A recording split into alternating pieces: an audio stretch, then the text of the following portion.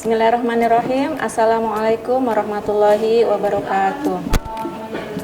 Hamdan syukran lillah, la haula wala quwata illa billah. Rabbis rohli sodri wa yassirli amri wahlul uqdatam min lisani yafqahu qawli. Anak-anakku, apa kabar kalian? Semoga di sana kalian dalam keadaan sehat walafiat dan selalu dalam lindungan Allah Subhanahu wa taala. Pada kesempatan ini kita akan mempelajari tentang ukhuwah Islamiyah, yaitu ada dalam Al-Quran surat Al-Hujurat ayat 10. Dalam materi ini kalian diharapkan bisa terbiasa membaca Al-Quran dengan meyakini bahwa persaudaraan adalah perintah agama. 2. Menunjukkan persaudaraan. 3. Menganalisis, membaca, dan menghafal Quran surat Al-Hujurat ayat 10 dan juga hadis terkait.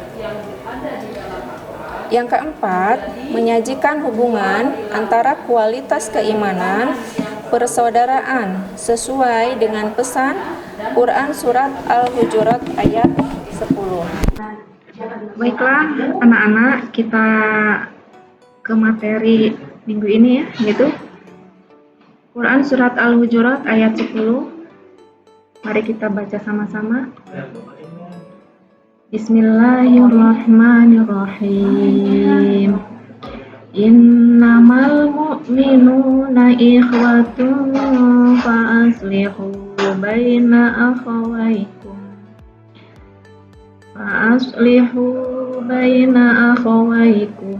wattaqullaha la'allakum turhamun. Orang-orang beriman itu, kata Allah, sesungguhnya bersaudara. Sebab itu, damaikanlah atau perbaikilah hubungan antara kedua saudaramu itu dan takutlah kepada Allah, supaya kamu mendapat rahmat. Isi kandungan dari surat Al-Hujurat ayat 10, sesungguhnya orang-orang yang beriman itu bersaudara. Dan persaudaraan dalam Islam itu tidak berkewajiban untuk mendamai. Dan persaudaraan dalam Islam itu berkewajiban untuk mendamaikan apabila ada saudara kalian yang sedang berkelahi. Bertakwalah kepada Allah dengan sebaik-baik takwa. Kemudian asbabun nuzul dan kandungan dari surat Al-Hujurat. Ada sebuah riwayat dari Ibnu Jabir yang bersumber dari Al-Hasan bahwa dalam perkelahian tersebut terjadi antara dua suku. Mereka semua dipanggil ke pengadilan, tetapi mereka membangkang. Maka Allah turunkan ayat ini sebagai peringatan kepada orang-orang yang bertengkar agar segera damai. Sampai sini sudah jelas anak-anak? Baiklah, kandungan surat Al-Hujurat 1. Perselisihan, pertengkaran, serta perpecahan akan menjauhkan dari rahmat Allah yang Maha Esa. Wajib bagi orang muslim untuk mendamaikan mereka yang berselisih, walaupun yang berselisih hanya 2 orang. Semua orang muslim, walaupun mereka bukan saudara kandung, mereka secara otomatis akan terikat dengan persaudaraan atau ukhuwah Islamiyah. Gitu ya.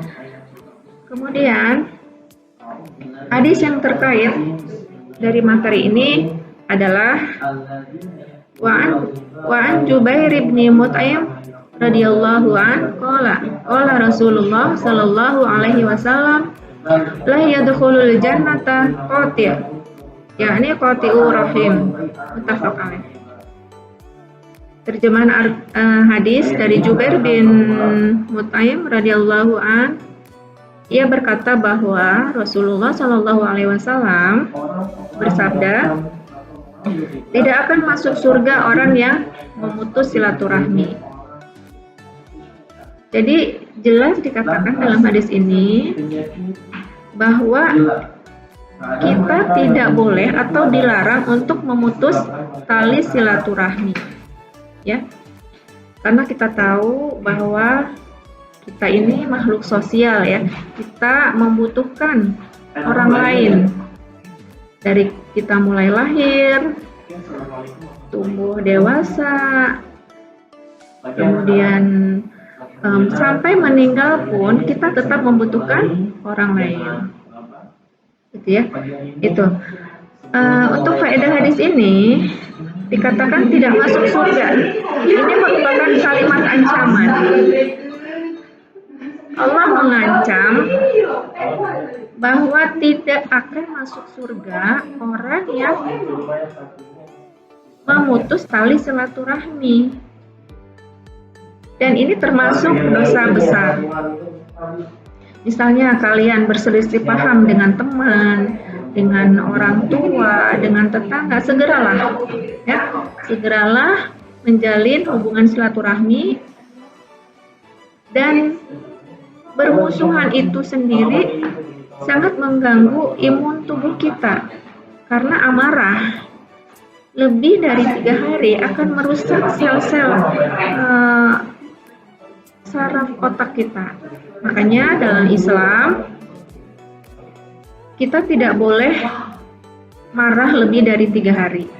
Artinya ketika kita sudah lebih dari 3 hari, kita sudah menurun emosinya, ya, sudah dingin.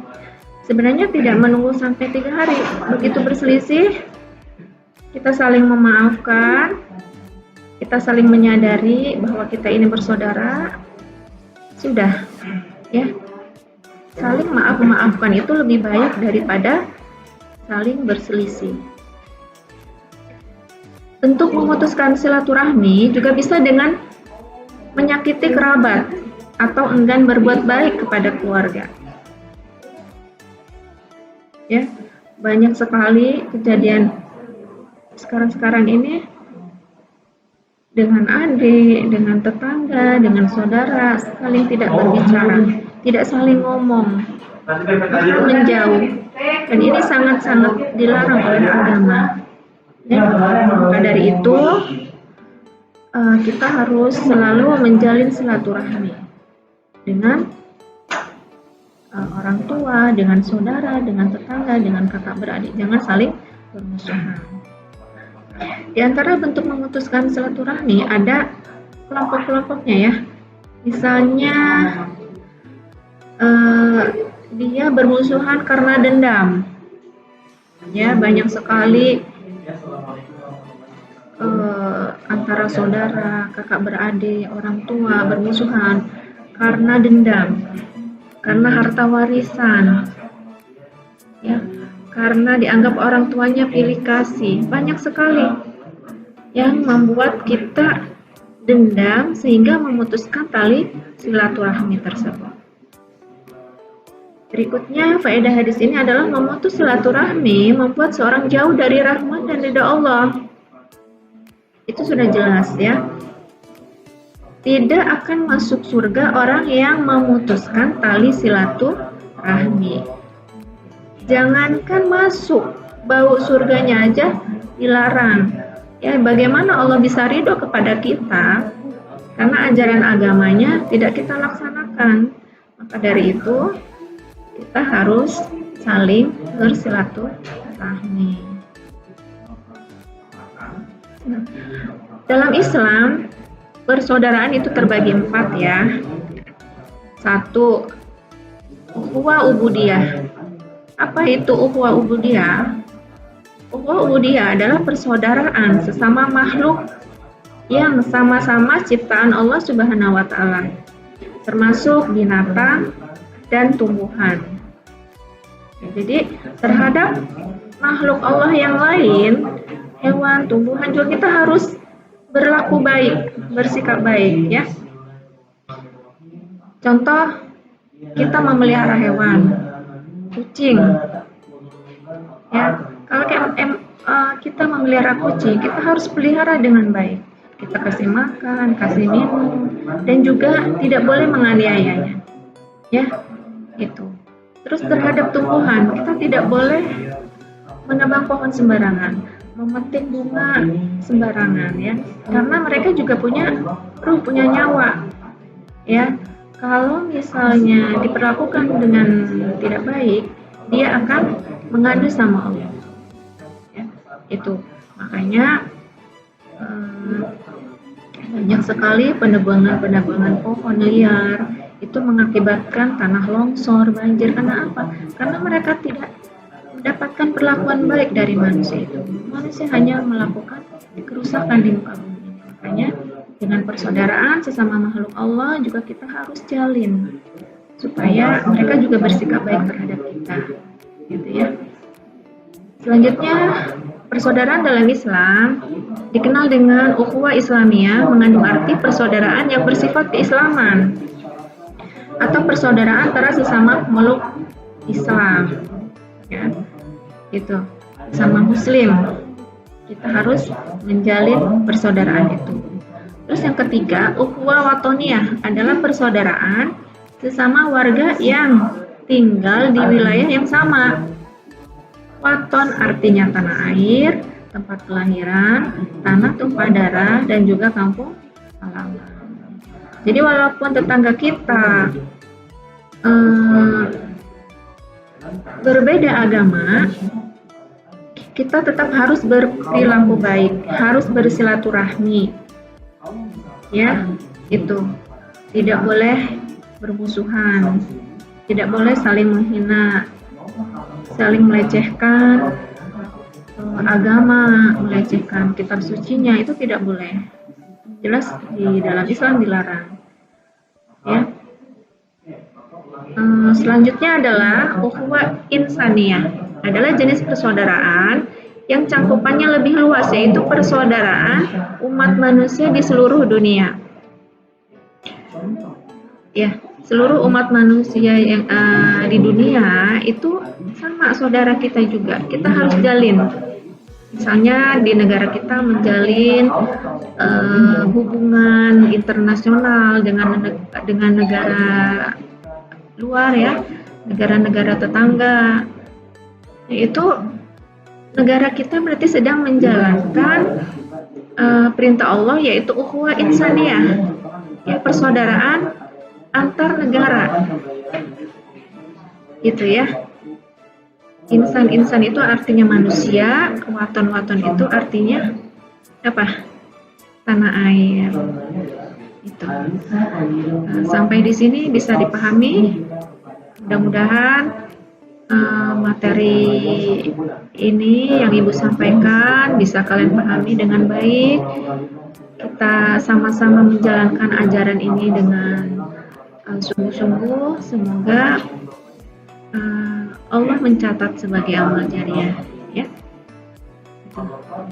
Marilah kita tutup dengan sama-sama membaca hamdalah. Alhamdulillahirabbil alamin.